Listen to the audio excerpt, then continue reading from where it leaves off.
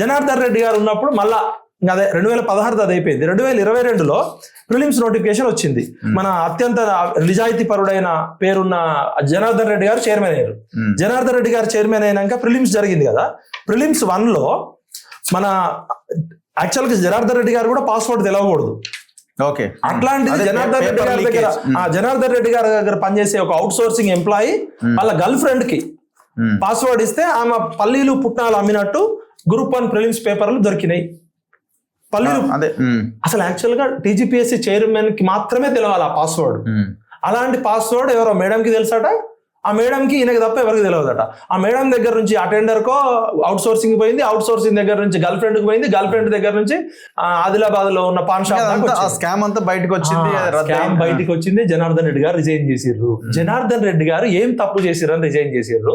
SIT వేసిర్రు కదా, SIT stand అయిందా, stand sleep అయిందా, ఆ దొంగలు ఎవరు మరి, ఆ దొంగలకు ఏం శిక్ష పడ్డది, జనార్దన్ రెడ్డి గారు ఎందుకు రిజైన్ చేసిర్రు? అవును, మరి ఆయన ఒక్క మాట కూడా మాట్లాడలే, జిప్ అయిపోయింది ఆయన నోరు. ఆ తప్పు చేసిన వాళ్ళకి పడలే.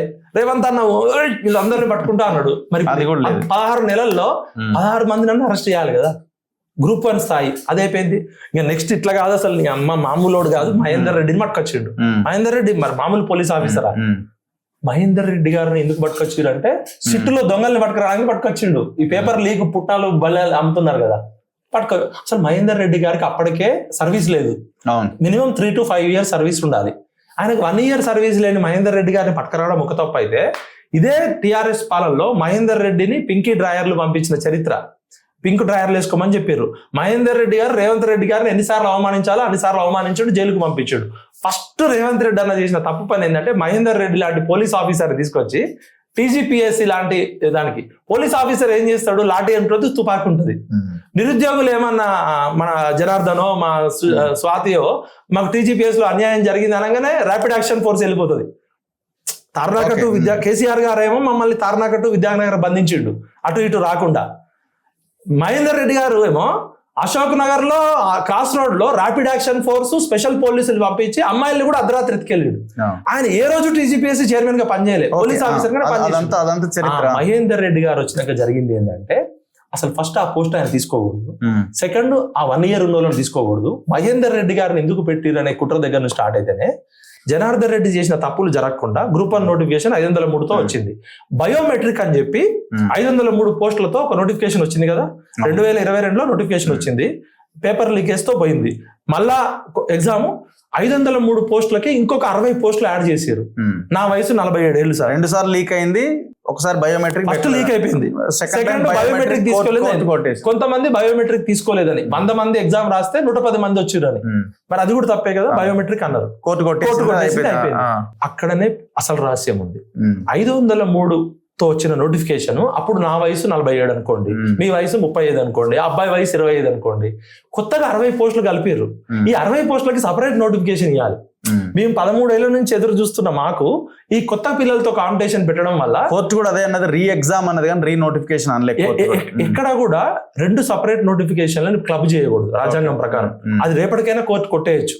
సరే 563తో నోటిఫికేషన్ ఇచ్చారు, సంతోషము. సరే రేవంత్ అన్న మీద నమ్మకంతో ఎగ్జామ్ రాశారు. మహేందర్ రెడ్డి గారు కూడా స్ట్రిక్ట్ గా చేసిరు అన్నాం.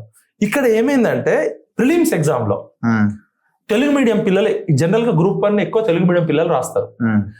తెలుగు అకాడమీ పుస్తకాలు స్టాండర్డ్ పుస్తకాలు.